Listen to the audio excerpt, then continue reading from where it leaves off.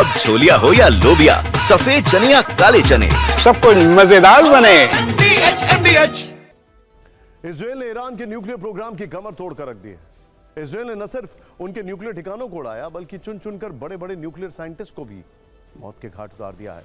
Israel ने आखिर किस तरह ईरान के परमाणु वैज्ञानिकों के घर में घुसकर अटैक किया है, उसे समझाने के लिए हमने एक एआई तस्वीर का इस्तेमाल किया है। आप देख सकते हैं कि इस इमारत में एक हिस्सा जो है पूरी तरह क्षतिग्रस्त है, जबकि आसपास के कमरों की लाइटें जल रही हैं। आप समझ सकते हैं कि ये टारगेट इतना सटीक होगा कि करीब 2000 किलोमीटर की दूरी से इजराइल की मिसाइलें सीधे ईरानी परमाणु वैज्ञानिकों के घर के अंदर घुस गई। अब आपको ईरान के न्यूक्लियर विनाश की झांकी दिखाते हैं। ये ईरान का नतांज न्यूक्लियर रिएक्टर है। आप तस्वीरों में देख सकते हैं कि आखिर किस तरह इजराइल ने यहां बारूदी विनाश किया है। आसमान से लगातार इजराइल की मिसाइलें आग बरसाती रहीं और जमीन पर नतांज न्यूक्लियर ठिकाने में तबाही मचाती रहीं। नेतन्याहू ने साफ कह दिया है कि यह तो अभी सिर्फ ईरान की न्यूक्लियर तबाही का ट्रेलर है, वो उसके पूरे न्यूक्लियर प्रोग्राम को खत्म करके रहेंगे। अब आपको इजराइल के अटैक का दूसरा चैप्टर दिखाते हैं। आपके सामने दो तस्वीरें। पहली तस्वीर में है ईरान के न्यूक्लियर प्रोग्राम के हेड अली शमखानी। वो न सिर्फ ईरान का पूरा परमाणु कार्यक्रम चला रहे थे, बल्कि वो ईरान के सुप्रीम कमांडर खमेनेई के सीनियर एडवाइजर भी थे। ईरान के पूरे परमाणु प्रोग्राम की जिम्मेदारी शमखानी के कंधों पर ही थी।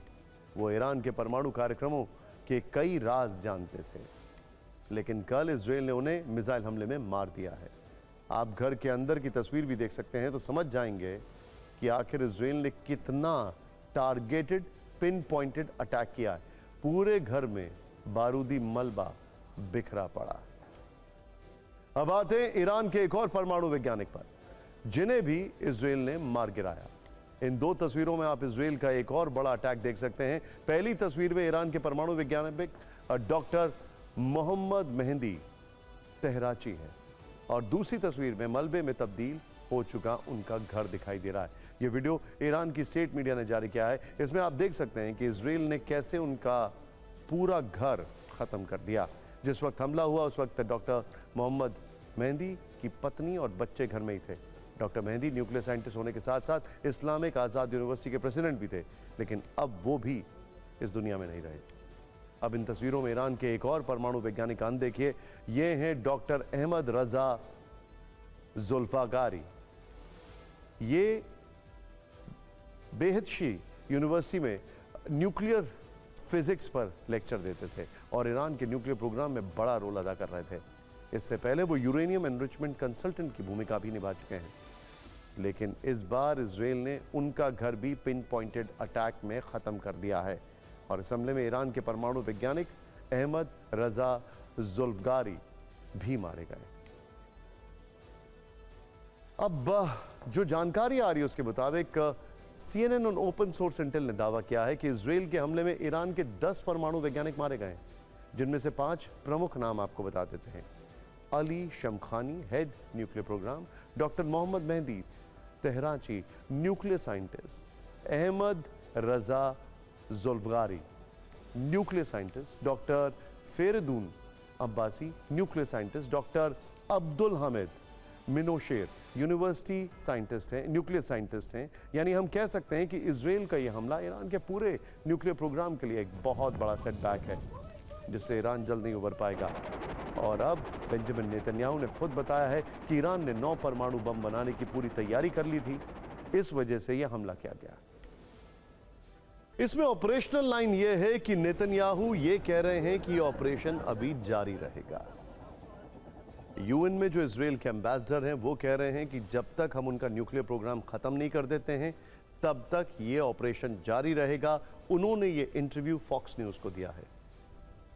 इजराइल ने ईरान के अंदर घुसकर सिर्फ परमाणु ठिकानों को ध्वस्त नहीं किया, बल्कि उसके दूसरे सैन्य अड्डे, बंकर और मिलिट्री इंफ्रास्ट्रक्चर को भी नष्ट कर दिया।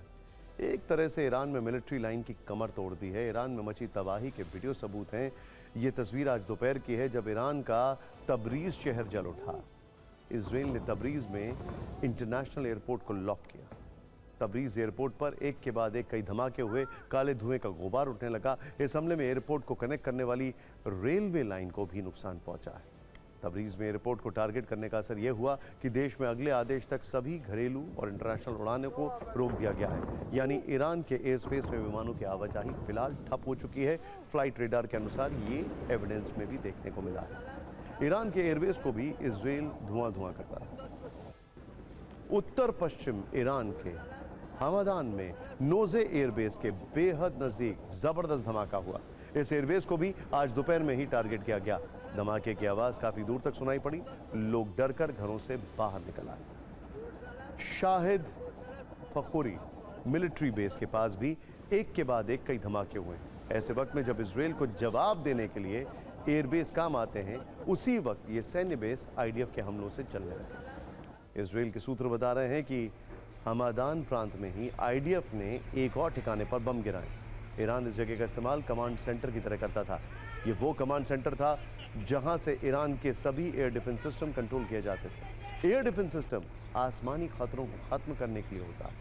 सोचिए, जब कमांड सेंटर ही तबाह हो गया तो ईरान की हवाई सुरक्षा कैसे होगी। इसे इसलिए भी उड़ाया गया ताकि ईरान के रिस्पॉन्स टाइम को कम किया जा सके। पश्चिम ईरान के पीरन शहर में तो बैलिस्टिक मिसाइल के बेस को ही इजराइल ने उड़ा दिया। ईरान की सेना के लिए मिसाइल बेस काफी अहमियत रखते थे, लेकिन इजरायली एयरफोर्स ने उनको आग का गोला बना दिया। यानी ईरान की मिसाइल ताकत की कमर तोड़ दी ताकि ईरान पलटवार करने की भी न सोच सके। अगर मिसाइल का स्टॉक ही तबाह होने लगेगा तो फिर ईरान कैसे जवाब दे पाएगा। इजराइल ने ईरान के रेडार केंद्र को भी टारगेट किया, यानी दुश्मनों को अलर्ट भेजने वाला, ईरान को आसमानी खतरों से आगाह करने वाला सेंटर भी तबाह हो चुका है। सुबाशी रेडार साइट ध्वस्त हो चुका है। हमले के बाद वहां से धुआं उठता दिखाई दिया है। सुबाशी रेडार साइट ईरान के पश्चिमी इलाके में मौजूद है। ईरान की राजधानी तेहरान रात भर इजराइल के हमलों से दहलती रही। रिहायशी इलाकों में इमारतों को टारगेट किया गया। कहीं से धुआं उठ रहा था तो कहीं आग लगी थी। ऊंची इमारतें मिसाइल हमलों के बाद जल रही थी। वीडियो में तबाही साफ दिख रही है। राजधानी तेहरान में कई जगह हमले हुए, जिनमें ईरान के अर्धसैनिक बल रेवोल्यूशनरी गार्ड्स का मुख्यालय भी शामिल है। ईरान में घुसकर इजराइल ने चुन कर ठिकाने टारगेट किए हैं। इजरायली फोर्स ने इससे जुड़ा एनिमेशन वीडियो भी जारी किया है। इस वीडियो में दिखाया गया है कि किस तरह ईरान की डिफेंस क्षमता को तबाह किया गया, कैसे बंकर के अंदर मौजूद सिस्टम इजरायली फाइटर जेट ने ध्वस्त किए। एनिमेशन वीडियो में यह बताया गया कि ईरान के किस हिस्से में तबाही मचाई गई है। इजराइल ने दावा किया है कि उसने दर्जनों रेडार केंद्र और सतह से हवा में मार करने वाले मिसाइल लॉन्चरों को नष्ट कर दिया। इजराइल का कहना है कि ईरान पर हमले के अलावा उसके पास कोई विकल्प नहीं था। अगर कार्रवाई नहीं होती तो अगली पीढ़ी नहीं बचती।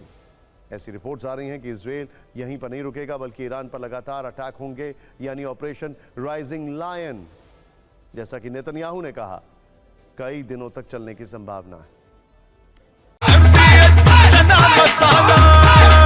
अब छोलिया हो या लोबिया, सफेद चने या काले चने, सब कुछ मजेदार बने।